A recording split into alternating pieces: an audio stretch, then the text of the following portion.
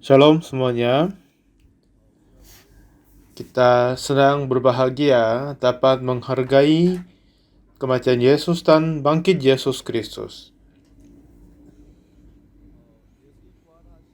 Setelah Yesus bangkit, lalu Ia datang di dalam hati kita, dan apa yang Dia kerja di dalam hati kita itu yang indah dan bagus sekali. Dan Tuhan Yesus telah memperbarui orang menjadi ciptaan baru. Dan kata yang lain, orang yang dilahirkan kembali sudah menjadi ciptaan baru. Orang baru ini sudah tertentu. Jadi, kali ini kita baca Yesaya 53, mulai ayat 1 sampai 12 dulu. Dan kitab Yesaya ini sudah dinubuatkan oleh Nabi Yesaya sebelum Yesus datang, 700 tahun yang sebelum Yesus datang. Dan bagaimana Tuhan Yesus datang dan mati untuk kita dan bagaimana bangkitnya sudah tertulis. Dan sesuai dengan janjinya, Yesus datang dan Dia telah disalibkan untuk dosa kita. Tentang itu kita akan membaca lewat Yesaya 53 mulai ayat yang pertama. Siapakah yang percaya kepada berita yang kami dengar dan kepada siapakah dengan kekuasaan Tuhan dinyatakan? Sebagai taruk ia tumbuh di hadapan Tuhan dan sebagai tunas dari tanah kering. Ia tidak tampan dari semaraknya pun tidak ada hingga kita memandang dia, dan rupa pun tidak sehingga kita menginginkannya. Ia dihina dan dihindari orang, seorang yang penuh kesengsaraan dan yang biasa menderita kesakitan. Ia sangat dihina sehingga orang menutup mukanya terhadap dia, dan bagi kita pun dia tidak masuk hitungan. Tetapi sesungguhnya penyakit itu kitalah yang ditanggungnya, dan kesengsaraan kita yang dipikulnya, padahal kita mengira dia kena tulah, dipukul dan ditindas Allah. Tetapi dia tertikam oleh karena pemberontakan kita. Dia diremukkan oleh karena kejahatan kita. Ganjaran yang mendatangkan keselamatan bagi kita ditimpakan kepadanya, dan oleh bilur-bilurnya kita menjadi sembuh. Kita sekalian sesat seperti domba, masing-masing kita mengambil jalannya sendiri, tetapi Tuhan telah menimpakan kepadanya kejahatan kita sekalian. Dia dianiaya, tetapi dia membiarkan diri ditindas dan tidak membuka mulutnya, seperti anak domba yang dibawa ke pembantaian, seperti induk domba yang keluh di depan orang-orang yang menggunting bulunya. Ia tidak membuka mulutnya. Sesudah penahanan dan penghukuman ia terambil, dan tentang nasibnya siapakah yang memikirkannya? Sungguh ia terputus dari negeri orang-orang hidup, dan karena pemberontakan umatku ia kena tulah. Orang menetapkan kuburnya di antara orang-orang fasik, dan dalam matinya ia ada di antara penjahat-penjahat.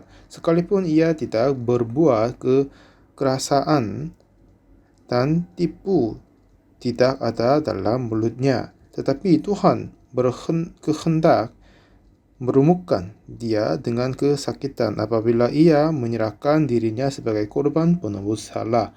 Ia akan melihat keturunannya, umurnya akan lanjut, dan kehendak Tuhan akan terlaksana olehnya. Seluruh kesusahan jiwanya ia akan melihat tentang terang dan menjadi puas, dan hambaku itu sebagai orang yang benar akan membenarkan banyak orang oleh hikmatnya, dan kejahatan mereka dia pikul. Sebab itu aku akan membagikan kepadanya orang-orang besar sebagai rampasan, dan ia akan memperoleh orang-orang kuat sebagai jarahan, yaitu sebagai ganti karena ia telah menyerahkan nyawanya ke dalam maut, dan karena ia terhitung di antara pemberontak sekalipun ia menanggung dosa banyak orang dan berdoa untuk pemberontak-pemberontak. Sampai 12 kita baca. Yesaya ini sudah banyak sekali bernubuat tentang Yesus Kristus. Dan salah satunya, pada saat dia bernubuat tentang Yesus Kristus mati di atas kayu salib, itu sudah terjadi sesuai dengan nubuatnya. Sesuai dengan dia menyampaikan itu, Yesus datang di dunia dan mati di atas kayu salib. Dengan itu telah mengampuni dosa kita. Setelah itu, 3 hari kemudian, dia bangkit dari kematian. Kenapa saya percaya Tuhan? Sejak kecil saya ikut gereja. Nah, selama saya ikut gereja, sejak saya kecil, setelah saya lahir pada tahun 44, saya berusia 7 tahun ada peperangan Korea. Setelah selesai peperangan Korea, saya dapat masuk SD. Sekitar 30% dari murid dari kelas saya adalah orang yatim, tidak punya orang tua. Dan banyak orang mati karena peperangan, khususnya laki-laki. Dan banyak ibu-ibu, mereka berusaha untuk pertanian, untuk hidupnya. Dan juga banyak sekali orang yang lapar karena kemiskinan. Dan khususnya di Korea, temperatur cuaca di musim panas dan musim dingin jauh berbeda. Jika panas, lebih 35 derajat Celcius. Jika dingin, ia kadang jatuh ke bawah minus 30 derajat Celcius. Ini salah satu negara yang paling besar keberbedaan cuaca dan temperaturnya. Dan sejak kecil saya sudah pernah melihat beberapa kali orang mati di pinggir jalan karena kedinginan, dan juga banyak orang karena susah karena kemiskinan, lapar sekali. Dan ada banyak orang mati karena kelaparan. Memang biasanya mereka tidak mati karena hanya kelaparan saja, tetapi setelah mereka terus tidak bisa makan, daya tubuhnya menjadi lemah. Akhir-akhirnya jika kena flu sudah cukup, mereka mati. Seperti begitu, sejak saya kecil, status Koreanya sangat-sangat parah. Saya juga, ibuku meninggal dunia pada saat saya berusia 8 tahun. Setelah 1 bulan kemudian, kakak laki-laki yang besar harus ke tentara. Dan ayahku harus bantu perang, jadi nggak ada di rumah. Jadi kakak perempuanku 16 tahun, keduanya 12, aku 8, anak adikku 4 tahun. Kami nggak tahu apa yang kita harus melakukan dapat hidup. Kami semua miskin dan sering lapar.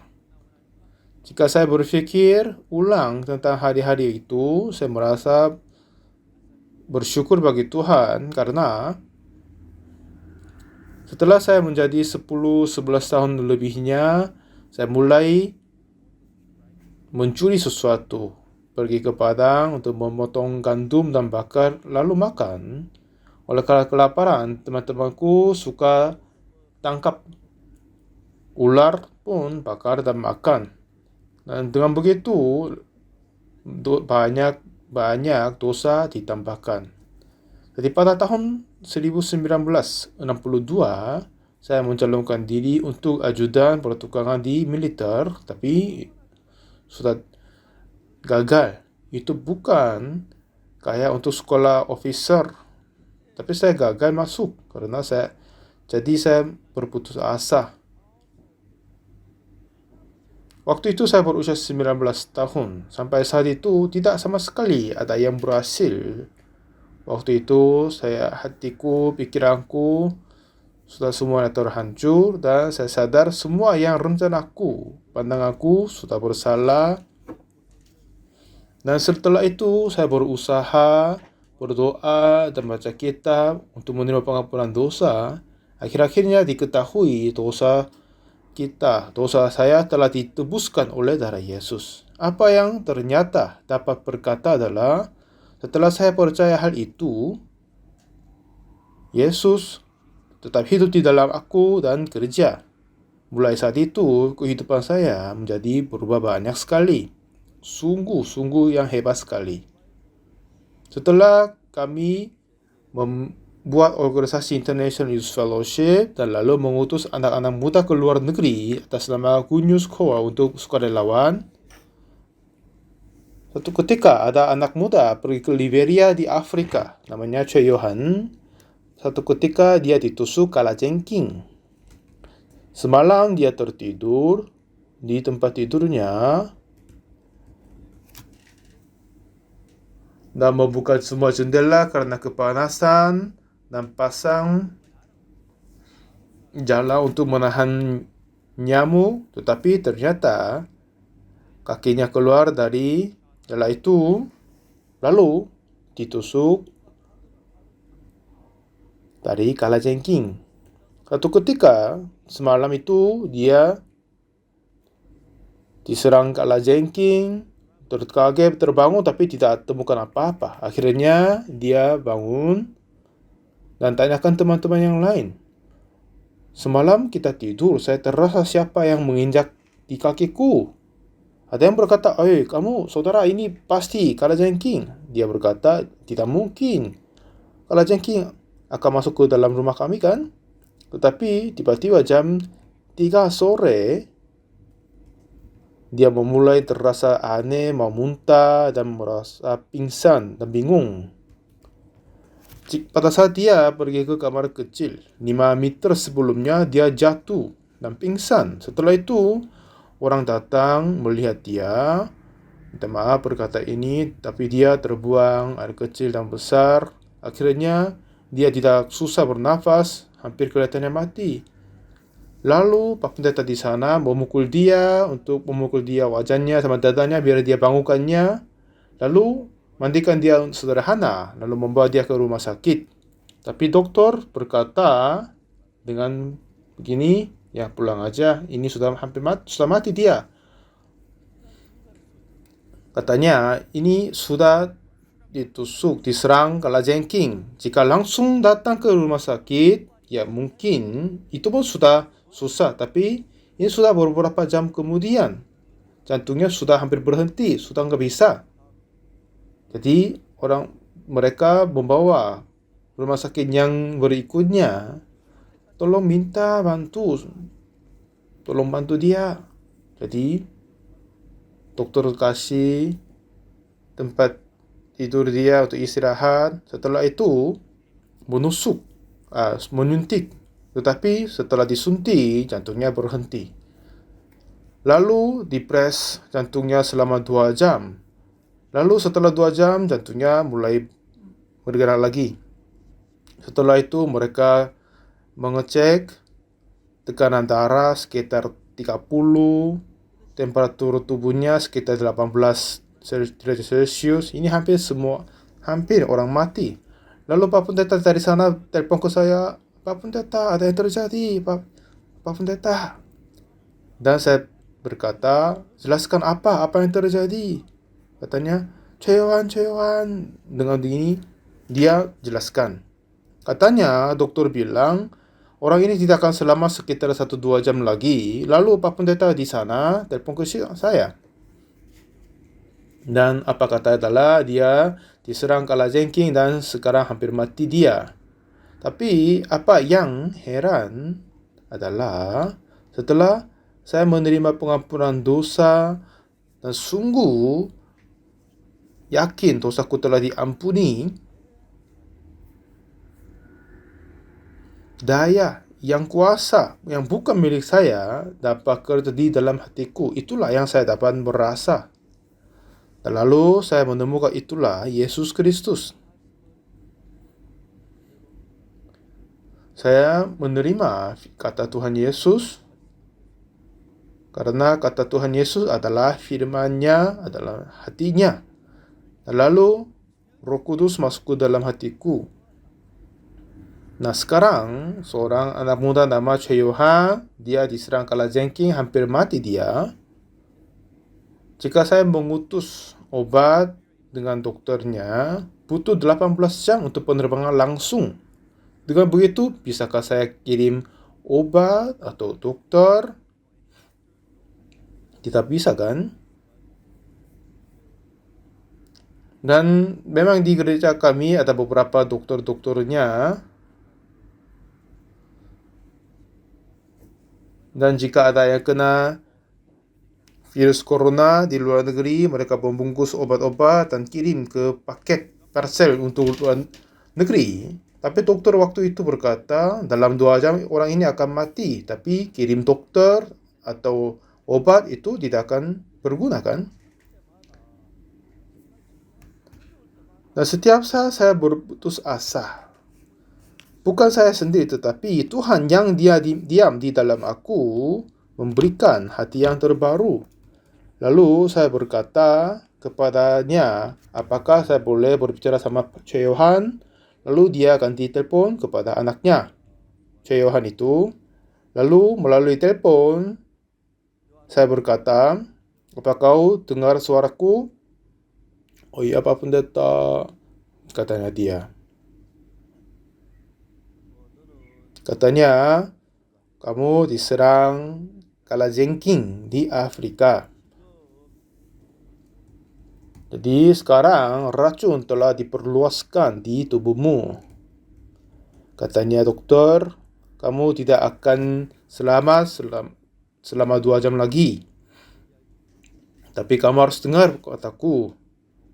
Lalu apa yang saya berkata kepadanya adalah, Yohan, pagi hari ini saya baca kitab Yesaya. Yesaya 40 ayat 31 ini berkata, tetapi orang-orang yang menanti-nantikan Tuhan mendapat kekuatan baru. Ada firman Tuhan ada di dalam Yesaya. Yohan, apa yang heran adalah firman Tuhan ke-66 kitab ini sudah tercetak dan banyak orang pegangnya itu. Dan semuanya tertulis oleh hamba Tuhan. Ini semuanya firman dari Tuhan. Jadi Tuhan tidak sama sekali pernah berbohong. Jadi Yohan coba dengarkan padaku. Apa kata kitab suci berkata, tetapi orang-orang yang menanti-nantikan Tuhan akan mendapat kekuatan baru. Ya, untuk kamu mengatasi racun kalajengking, sekarang kamu melawan racunnya. Sekarang kamu sedang mati karena tidak dapat melawannya, mengalahkannya. Tapi apa yang Alkitab berkata,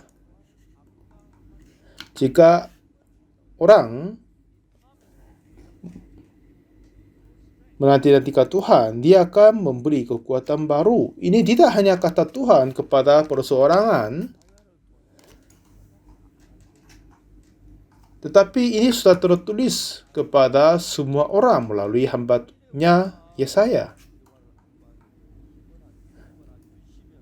Jika kita menantikan Tuhan, tapi Tuhan tidak kasih kekuatan baru, artinya Tuhan sendiri menjadi pembohong.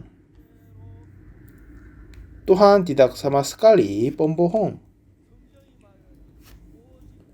Kata Tuhan, apa? Tetapi orang-orang yang menanti-nantikan Tuhan akan mendapat kekuatan baru. Sekarang kamu tidak dapat mengalahkan racun kalajengking, jadi hampir mati sekarang. Racun telah disampaikan, jantung tidak dapat berfungsi, jadi susah hidupnya kan? Tapi jika Anda sekarang menantikan Tuhan hari ini, ya, pikirlah tentang Tuhan dan percayalah Tuhan adalah yang menjaga janjinya dan memandang dia, menantikan dia. Pasti Tuhan akan memberi kekuatan baru. Itu apa yang saya sampaikan kepadanya. Setelah itu, ya, Cik Yohan dia sudah sadar bahwa dia sedang mati. Tapi waktu itu saya mau berkata ini kepadanya. Setelah itu dia tertidur dia dalam hatinya berpikir, Tuhan, aku menantikanmu. Dengan begitu dia tertidur. Dan lalu besok pagi-pagi, suster yang menjaga ruangannya coba cek ke sana. Ya, kemungkinan pasien itu sudah mati dia. Lalu dia datang dan mengeceknya. Katanya tekanan darah sudah ternaik. Dia terkaget. Lalu besok pagi, Choi Yohan ini bangun dan sampai sekarang hidup dengan berbahagia dan sehat. Sekarang sudah menjadi ayah dari 3 anak. Betapa indahnya hasil itu kan? Saya mau ceritakan satu lagi. Memang cerita yang hampir sama. Satu ketika saya dapat telepon. Katanya, Pak Pendeta, ini telepon dari kota Jeonju.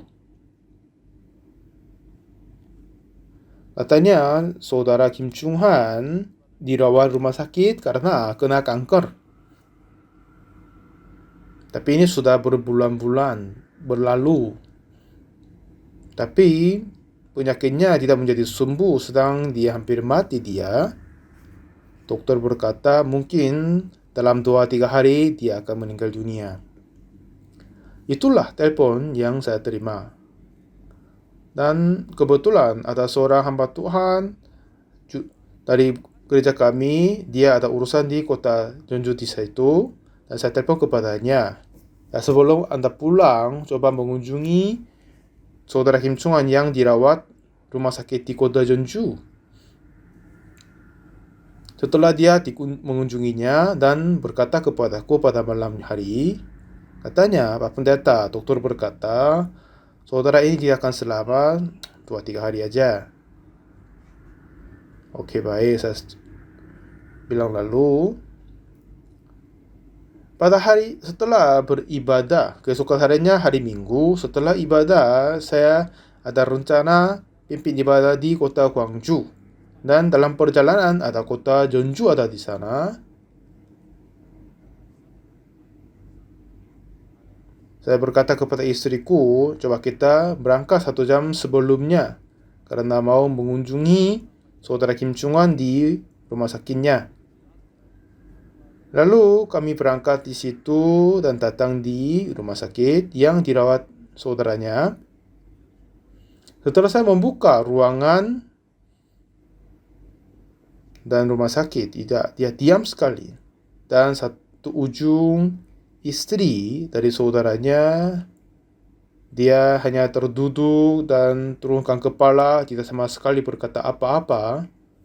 Setelah saya datang, dia hanya melihat, tapi turunkan kepala lagi.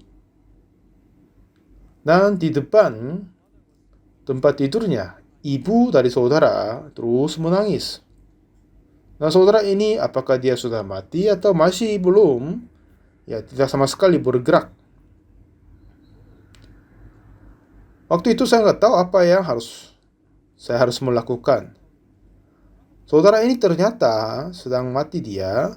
Tapi apa yang saya berpikir adalah, ya jika bukan saya membuka pintu di sini, tetapi jika Yesus buka pintu dan masuk, apa yang terjadi? Ya, kalau begitu apa yang terjadi? Oleh karena saudara ini sakit, jadi ibunya dan istrinya sedang berada di dalam kesulitan, kesedihan. Apakah Tuhan Yesus mengabaikan mereka? Jika Tuhan Yesus tidak mengabaikan situasi ini, apa yang terjadi? Pasti Tuhan Yesus akan sembuhkan saudara ini. Itulah pasti kan? Nah, setelah itu apa yang saya lanjut berpikir adalah, dalam hatiku juga sungguh ada Yesus Kristus. Yesus Kristus yang ada di dalam hatiku ini sudah tetap sama Yesus yang 2000 tahun yang lalu. Sebelumnya saya belum pernah pikir begitu, tapi Yesus yang diam dalam hatiku adalah Yesus tetap sama di para kitab Injil. Pasti Yesus akan sembuhkan saudara ini. Lalu saya berpikir lagi, zaman Yesus masih hidup di dalam dunia ini, dan jika dia mengunjungi saudara ini, lalu dia menyampaikan firman, dan apakah dia meninggalkan saudara yang sedang mati? Tidak mungkin kan? Jadi, setelah saya mau merasa hati Yesus Kristus dan sungguh Yesus ada di sini, pasti Tuhan ingin menyembuhkan saudara ini. Dan kalau gitu, jika hati saudara ini terhubung dengan hati Yesus, artinya ada kedua orang di sini. Saya berkata kepada pendeta Samuel di sini, lalu pendeta Samuel dengar kataku dan percaya. Dan saya dengar katanya dan percaya dia. Kalau begitu, dengan bagiannya hati kami menjadi satu kan? Jika hati kami menjadi satu, hati kami mulai mengalir. Lalu hati pendeta Samuel dapat masuk ke dalam hatiku. Dan jika hati kita menjadi satu dengan hati Yesus, jika hati Yesus mulai mengalir ke dalam hati kita, sebelumnya saya masih kurang tahu tentang hati Yesus, tetapi kitab yang kita baca tadi, bagaimana Tuhan Yesus mengasihi kita, bagaimana dia mati di atas kayu salib, dan bagaimana dia mengampuni dosa kita. Setelah saya menyadari hal itu dengan akurat, dan setelah saya sungguh dapat percayanya, saya dapat menjadi satu hati dengan Yesus. Kalau begitu, saya dapat menerima hati Yesus apa adanya di dalam hati kita. Firman Tuhan adalah hati Tuhan Yesus. Dan saya mempunyai hati, ya Tuhan akan pasti kerja. Kalau begitu, saudara ini sedang mati dia. Dan dokter berkata dia tidak akan selamat selama 2 hari lagi. Dan coba saya usahakan menyatukan hati saudara ini dengan hati Yesus. Kalau begitu, Yesus akan kerja kepadanya. Jadi saya berkata kepadanya, halo saudara Kim Sung Han, coba buka matamu dan lihatlah padaku.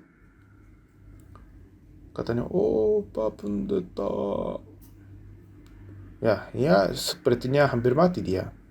Lalu saya berkata, dokter bilang Anda tidak akan hidup mungkin 2-3 hari lagi. Memang itu benar. Sesuai dengan kata dokter, tidak mungkin dia akan berbohong. Tapi jika Yesus, ya memang kita tidak bisa lihat, tapi Yesus sungguh ada di sini. Jika hatimu menjadi satu dengan hati Yesus, apa yang terjadi? Dan hati Yesus akan masuk ke dalam hatimu.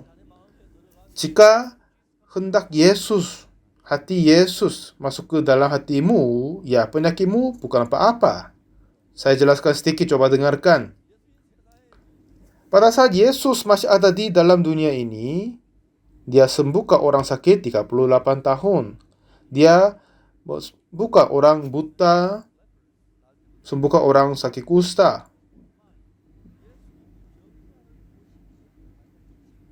Setelah Yesus melihat orang-orang sakit, tidak sama sekali menyangkal mereka atau mengabaikan mereka. Kadang orang tidak datang kepada Yesus, temannya, orang-orangnya membongkar atap dan turunkan tempat itu kepada Yesus. Dan Yesus berkata, anakku, dosamu telah diampuni. Ya, bangun dan berjalan. Ini bagaimana Yesus menyembuhkan dia. Yesus yang saya kenal, Yesus adalah sama baik kemarin, hari ini, dan selamanya.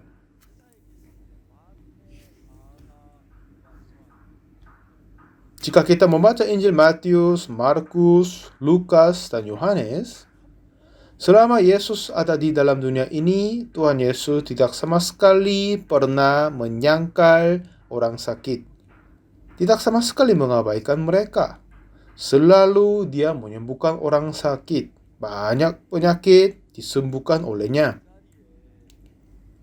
Kalau gitu, Yesus sungguh ada di tempat ini dan saat ini. Jika Anda, saudara Kim, tidak bisa melihat, tidak bisa meraba dia, tetapi Yesus tetap ada di sini. Dan Yesus itu dapat menyembuhkan Anda dan ingin menyembuhkan Anda. Itu sudah pasti sekali. Jika Anda percaya hal itu, hatimu menjadi satu dengan hati Yesus. Kalau gitu, hati Yesus mulai masuk ke dalam hatimu. Penyakit-penyakit ini dari kanker akan menjadi persoalan Yesus. Kalau begitu, ya sudah cukup sekali dia akan menyembuhkan penyakitmu. Saya akan jelaskan sekali lagi, coba dengarkan. Di sini ada lingkar kan?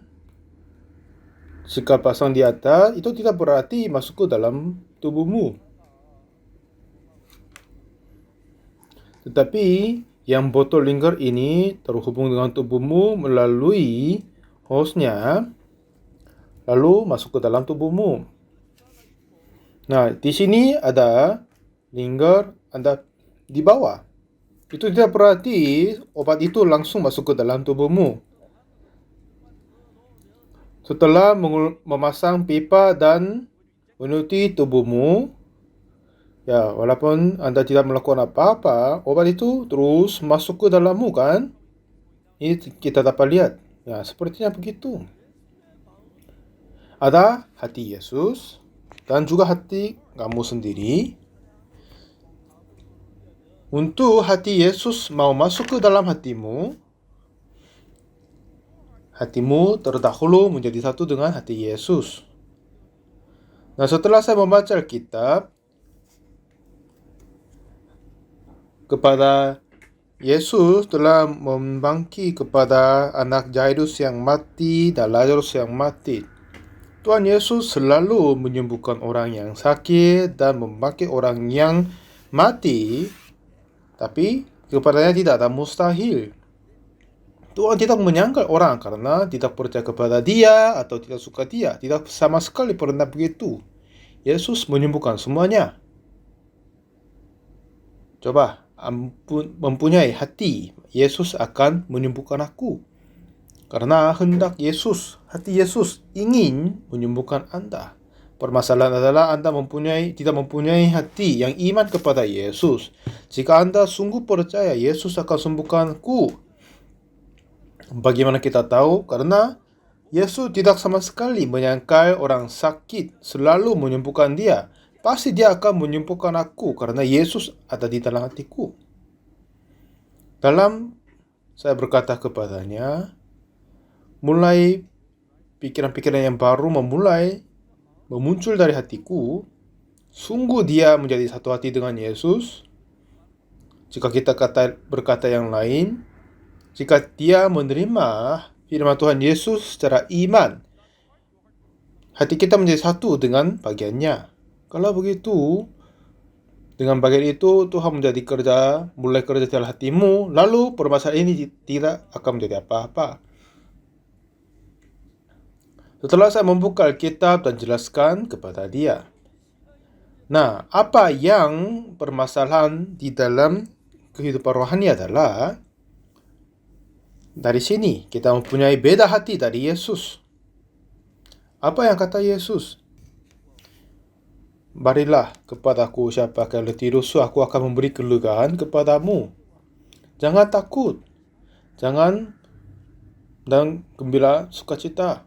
Berbahagialah sukacita selalu. Artinya apa? Dia sudah membuatnya. Jika kita sungguh percaya begitu, dia pasti akan kerja sepertinya. Apa yang saya berkata kepada saudara itu adalah, ya saudara, sekarang Anda sampai sekarang melakukan yang tidak baik, berdosa, iya, berbuat begitu.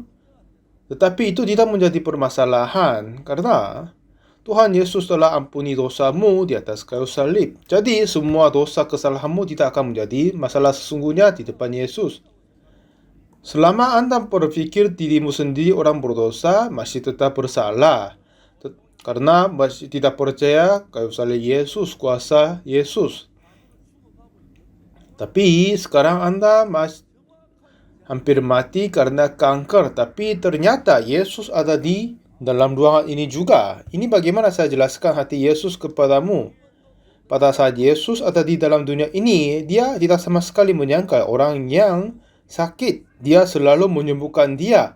Kepadanya sudah mempunyai kuasa Tuhan. Jika Anda sekarang ini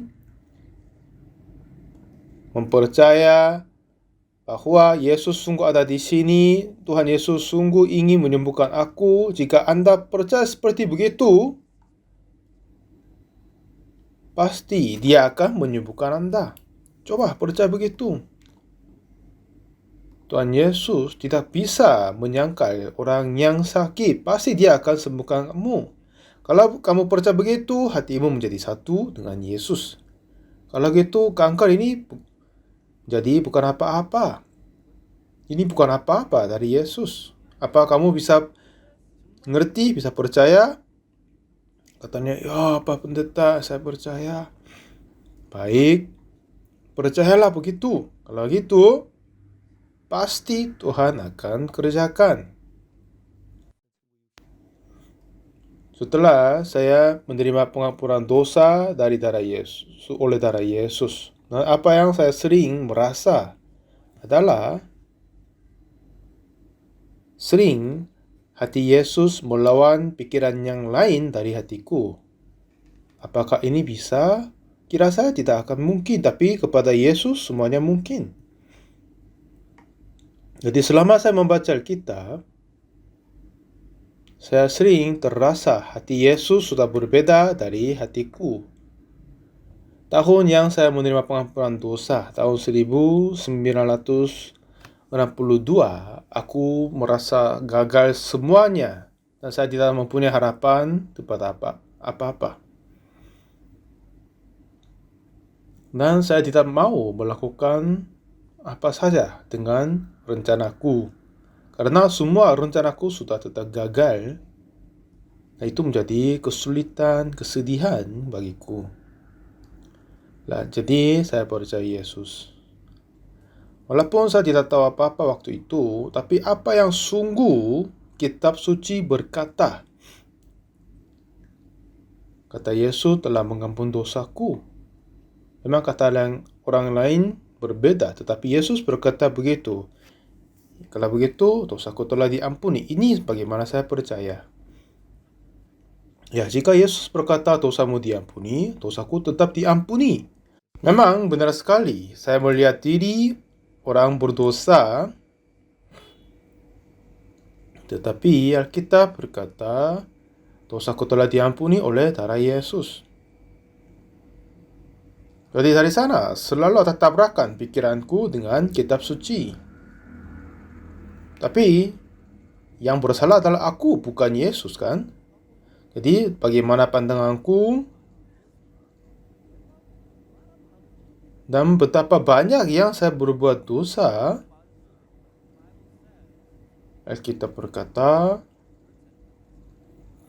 darah Yesus telah mengampuni dosaku. Kalau gitu dosaku sudah diampuni. Jadi tidak lagi percaya pikiranku walaupun berbuat dosa dan kejahatan, tapi sudah diampuni oleh darah Yesus. Tuhan telah membenarkan aku. Dan khususnya Roma 3 ayat ke-23, ayat 23, semua orang telah berbuat dosa, telah kehilangan kemuliaan Allah. Ya, apa yang sayang sekali adalah semua orang sudah tahu baik sekali tentang ayat 23. Tapi masih tidak jelas tentang ayat 24. 24 saya baca tadi. Dan oleh kasih karunia telah dibenarkan dengan cuma-cuma karena penebusan dalam Kristus Yesus. Jadi Tuhan berkata kepadaku, kamu sudah dibenarkan. Oh tidak, aku masih orang berdosa. Dengan begitu saya selalu tengkar, tabrak dengan firman Tuhan. Aku orang berdosa, bukan kamu telah dibenarkan. Bagaimana ini berakhir? Ada banyak tengkar seperti ini terjadi di dalam kitab. Setelah Lazarus mati, Yesus berkata, saudaramu akan bangkit. Oh, tidak mungkin, dia sudah berbau. Terus begini ada tabrakan. Akhir-akhirnya Yesus menang. Ya memang tidak mungkin saya dapat kalahkan Yesus kan? Aku yang bersalah, bukan Yesus. Jika Yesus membenarkan aku tetap aku dibenarkan. Jika Yesus membenarkanku, aku sudah disembuhkan, dibenarkan. Ini apa yang saya berkata dan percaya. Jadi, Roh Kudus dari Tuhan masuk ke dalam hati kita dan memimpin kita. Terus saya berkata lagi kepada saudara Kim, katanya, dengar, Tuhan Yesus ingin sembuhkan Anda. Dia tidak sama sekali menyangka orang sakit dan meninggalkannya. Di tempat ini Yesus tetap ada. Seperti yang Yesus menyembuhkan orang di Perjanjian Baru, pasti jika Yesus ada di sini, dia akan menyembuhkan Anda, kan? Dan Tuhan pasti menyembuhkan Anda juga.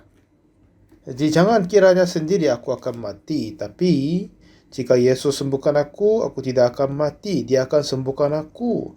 Dia akan bantu aku. Jika Anda mempunyai hati ini, hati Tuhan yang menyembuhkan Anda menjadi satu dengan hatimu.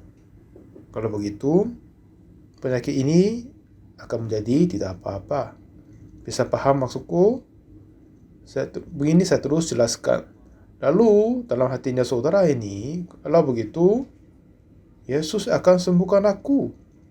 Ya, itu bagaimana kita percayanya. Oke, aku pulang dulu ya, kita berdoa.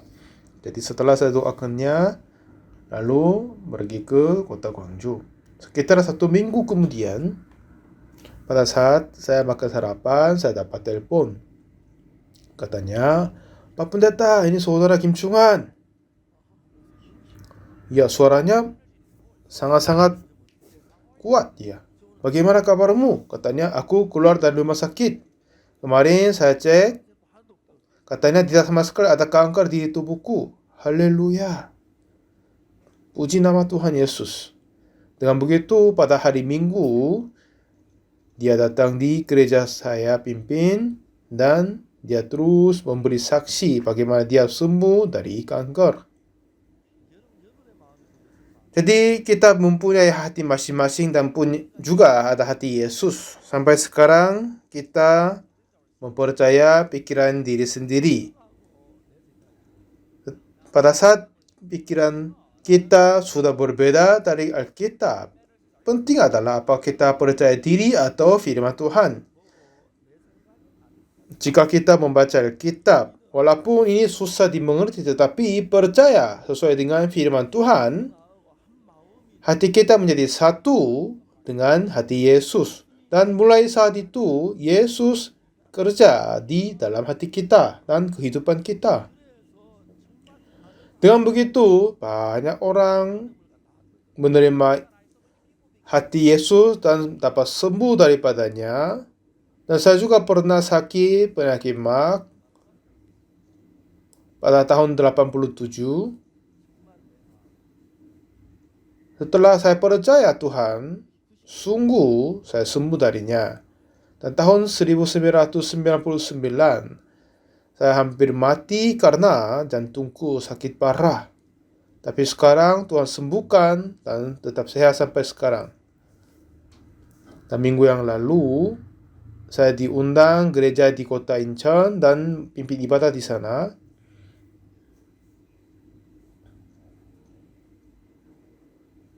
Di sana seorang saudara kerja dokter di rumah sakit. Katanya, Pak Pendeta, coba kunjung ke rumah sakit ya saya kerja. Jadi saya datang sekitar jam 2 siang. Dan pemilik rumah sakit, suami istri, sama seorang suster menunggu di sana. Lalu mereka mengambil darah dariku. Setelah itu, mereka memeriksa darahku besok pagi. Ya, kedua hari kemudian, ya telepon ke saya. Katanya, Pak Pendeta, semua kondisi darah tubuhmu bagus sekali. Dia sudah memeriksa 20 kali, 20 yang bagiannya. Semuanya baik. Dan seperti kesehatan pemerintah selalu memeriksa per tahunan, tidak sama sekali ada penyakit. Jadi saudara ini merasa sangat baik.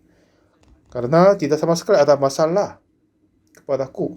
Jadi seperti begini, apa yang Tuhan menjagaku dan apa yang saya menjaga diri sendiri itu tidak sama sekali memperbandingkan. Jadi yang penting adalah kita menyatukan hati dengan Yesus.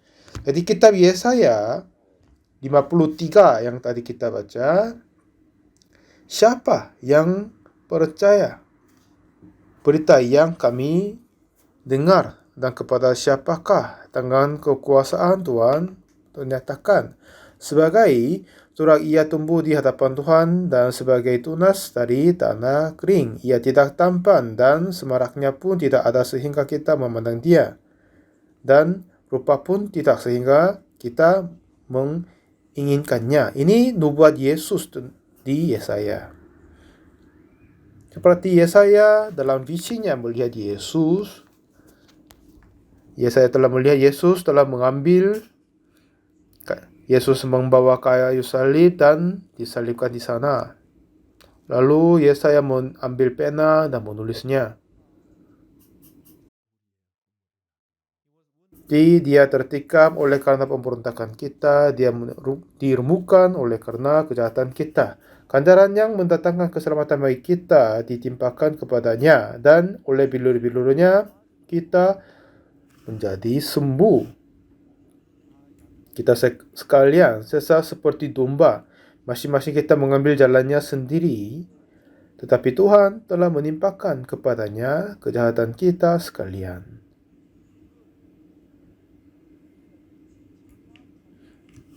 Nah, memang tahun yang pas itu masih belum ditemukan, tapi kira-kira 700 sebelum Tuhan Yesus datang, Yesaya menulis kitab Yesaya ini.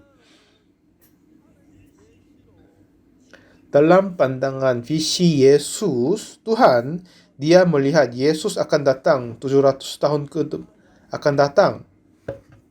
Kita sesat seperti domba, masing-masing kita mengambil jalannya sendiri. Tetapi Tuhan telah menimpakan kepadanya kejahatan kita sekalian. Artinya, tidak lagi dosa kita berada di dalam kita, tapi telah ditransfer kepada Yesus. Jika dosa kita masih tidak transfer kepada Yesus, Yesus tidak perlu mati. Tetapi dosa kita telah ditimpakan kepadanya. Dia mati karena dosa kita. Setelah itu,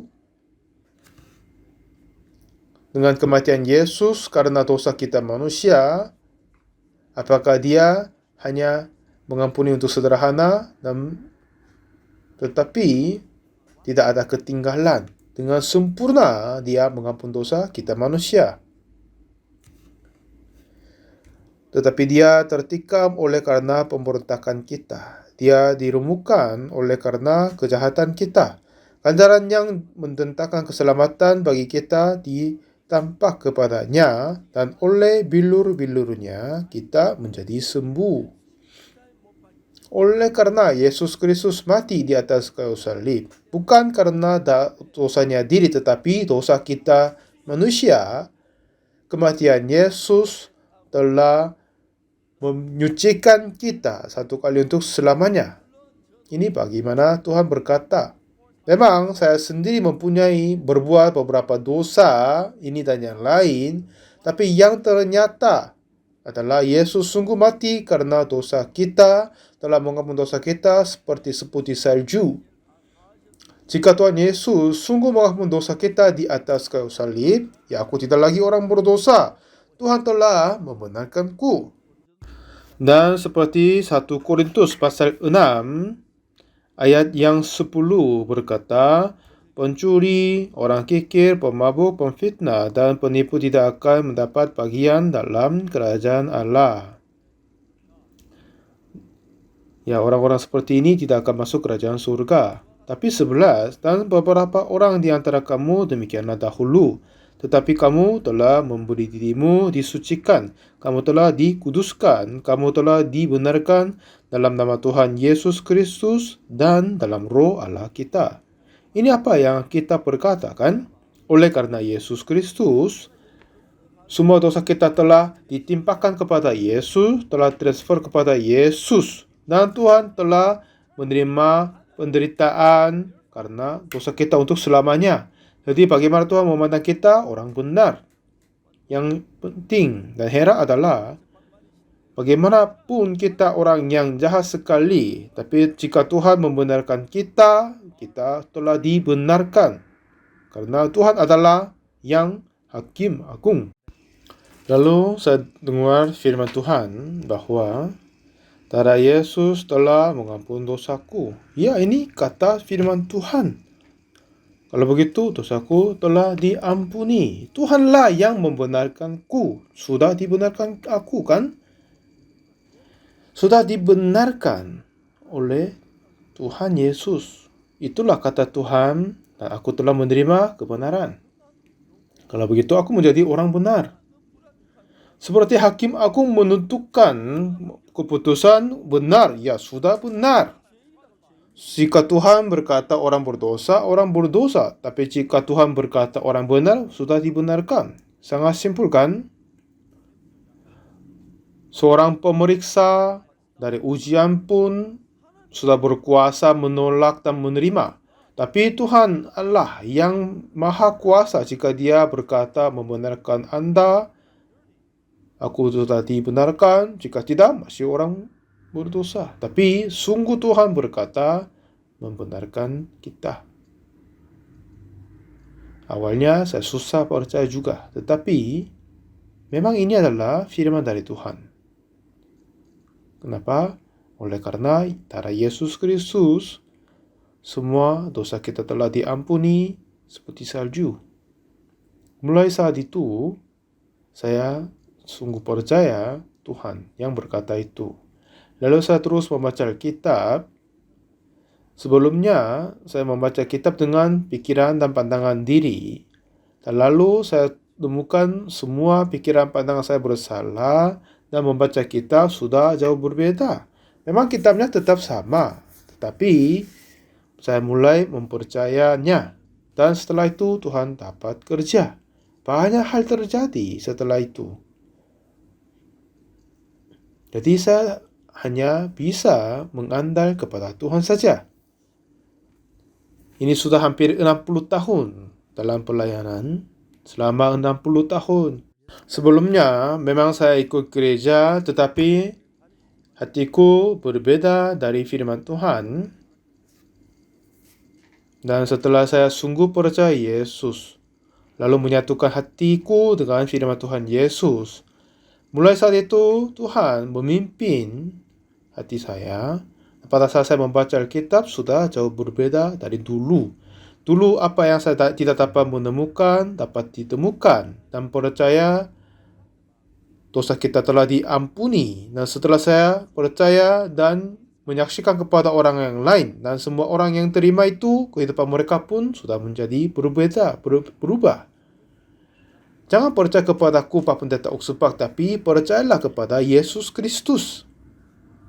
Semua orang telah berbuat dosa, telah kehilangan kemuliaan Allah. Tapi oleh kasih karunia telah dibenarkan dengan cuma-cuma karena penebusan dalam Kristus Yesus.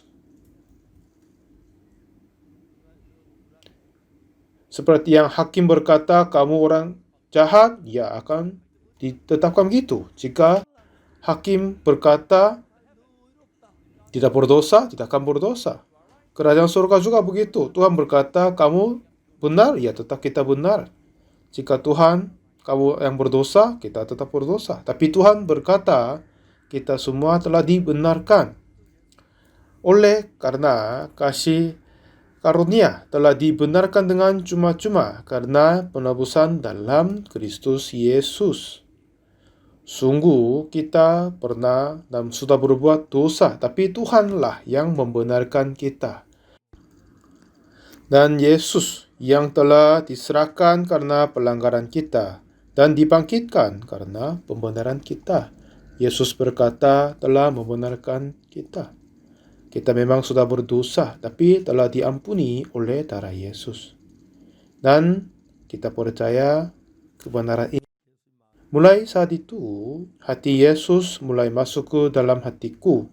Dan hati-hati yang terbaru, yang sebelumnya belum pernah punya, saya dapat mengambil dalam hatiku. Dan seperti yang sebelumnya saya pernah berkata, pada saat saya mengadakan press conference, seorang jurnalis bertanya, Pak Pendeta, bagaimana kita dapat hidup zaman yang susah corona ini? Apa yang para pendeta harus melakukan? Lalu saya menjawab, satu ketika saya melihat suatu foto, ada banyak orang berdoa di pinggir jalan, berlutut di jalan, dan mengangkat tangan doa kepada Tuhan di Brazil.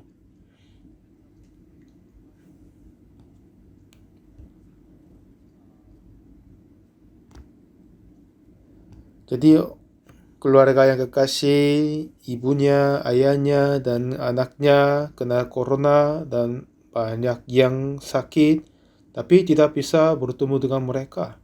Untuk mereka sembuh dari keluar memang baik,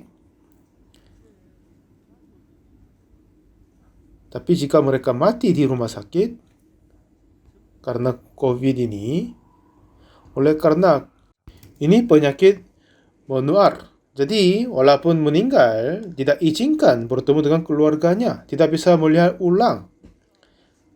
Jadi, rumah sakit kremasi yang jenazahnya akhir-akhirnya. Lalu setelah keluarganya dirawat rumah sakit, jika mereka meninggal, kita dapat ketemu lagi. Akhirnya, hati mereka seperti terbakar. Lalu keluar di pinggir jalan, walaupun ada yang mobil-mobil berlalu, tapi ada banyak yang berlutut dan berdoa. Dan saya ingin merasa hati mereka. Bagaimana saya merasa, tapi bagaimana mereka sedih, bagaimana mereka sulit, jadi akhirnya keluar dan mengangkat tangan dan berdoa. Saya harus menyampaikan Injil Yesus, harus berkata tentang pesan harapan. Dengan begitu, kami mengadakan seminar online besar 2 kali dan menyampaikan firman. Jadi banyak stasiun salurkan khotbah yang kami sampaikan. Sungguh saya berterima kasih bagi Tuhan. Awal tahun 275 dan akhir tahun 655 saluran televisi radio siarkan khotbah kami. Dan saya tidak sampaikan terima kasih kepada semuanya, tetapi sudah banyak sekali orang dengar firman Tuhan dari kami. Dan banyak yang menerima pengampunan dosa. Memang ini sulit zamannya COVID-19 ini.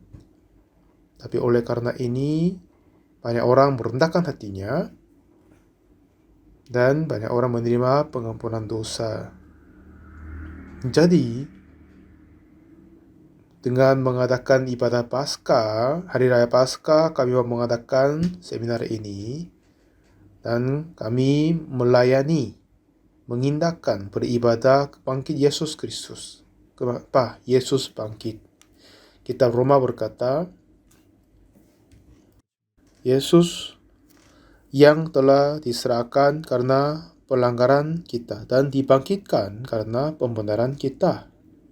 Ya, Tuhan bangkit, berdiri untuk mengatakan, aku telah membenarkan kamu.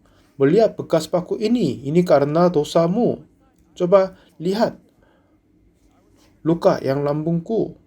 Ini karena dosamu, kejahatanmu, semua dosa dan pelanggaran-pelanggaranmu saya sudah mati. Jadi dosamu telah diampuni. Kamu telah disucikan. Semua orang telah berbuat dosa, telah kehilangan kemuliaan Allah. Tetapi oleh kasih karunia telah dibenarkan dengan cuma-cuma karena penebusan dalam Kristus Yesus. Walaupun kita tidak melakukan apa-apa, tetapi secara cuma-cuma Tuhan membenarkan kita. Kenapa? Karena darah Yesus sudah mengampun dosa kita. Itulah yang sudah ternyata, yang faktanya. Semua dosa kita telah dihapuskan, diampuni satu kali untuk selama-lamanya di atas kayu salib. Pujilah nama Tuhan Yesus. Semua yang kekasih Tuhan, mari kita semua mengabari kabar baik ini. Pada saat Yesus bangkit, Dia tidak membiarkan dosa kepada kita, tetapi telah mengampun dosa kita. Haleluya, kita memuji Tuhan. Saya ingin menyampaikan Injil ini sampai kematianku, akan menyampaikan ini kepada siapa saja yang saya bertemu. Siapa yang menerima penginjilan ini, mereka gembira dan berbahagia. Saya sudah menjadi makin tua, walaupun begitu Tuhan tetap memberi kesehatan yang terbaik, dapat berdiri di depanmu semua, sampai Tuhan izinkan kepada semua. Saya mau menceritakan bagaimana Tuhan bangkit dan mengampun dosa kita. Itulah apa yang saya mau terus sampaikan. Dengan bantuan Tuhan, saya senang sekali dapat siarkan ini kepada seluruh negara. Dan Tuhan telah mempengaruhi kepada para direktur-direktur di stasiun. Dan sungguh banyak sekali saluran televisi dan radio menyiarkan ini secara gratis. Sebelumnya ini tidak akan mungkin, tapi oleh karena Yesus semuanya akan menjadi mungkin. Jika hatimu penuh dengan hati Yesus, jika hatimu menjadi satu dengan Yesus, semoga Tuhan dapat kerja di dalammu juga, dan di dalam keluargamu juga. Semakin banyak saya berpikir tentang Tuhan, aku ini adalah orang yang jahat dan berdosa, tapi mengucap syukur Yesus telah mengampun dan menyelamatkan kita. Mari kita berdoa. Tuhan Bapa kami mengucap syukur bagimu. Dia tertikam oleh karena pemberontakan kita dan diremukkan oleh karena kejahatan kita. Ganjaran yang mendatangkan keselamatan bagi kita ditempatkan kepadanya, dan oleh bilur-bilurnya kita disembuh. Nah, seperti begitu Yesus, Engkau telah menerima semua upah dosa kami. Oleh itu kami sudah menjadi sempurna dan benarkan. Kebenaran-Mu menjadi kebenaran kami, kekudusan-Mu menjadi kekudusan kami. Dan kami menerima Engkau di dalam hati kami semua. Hari ini tolong memberi anugerah kepada kami semua, biar kami dapat menyangkal pikiran diri, biar kami terima Injil-Mu Yesus, dan semua menerima pengampunan dosa, dan harapkan menyatukan kehidupan denganmu selamanya. Tolong memberkati seminar ini kepada semua yang pendengar, kepada mereka semua berkat bantuan berlimpah-limpah kepadanya. Dalam nama Tuhan Yesus kami berdoa. Amin.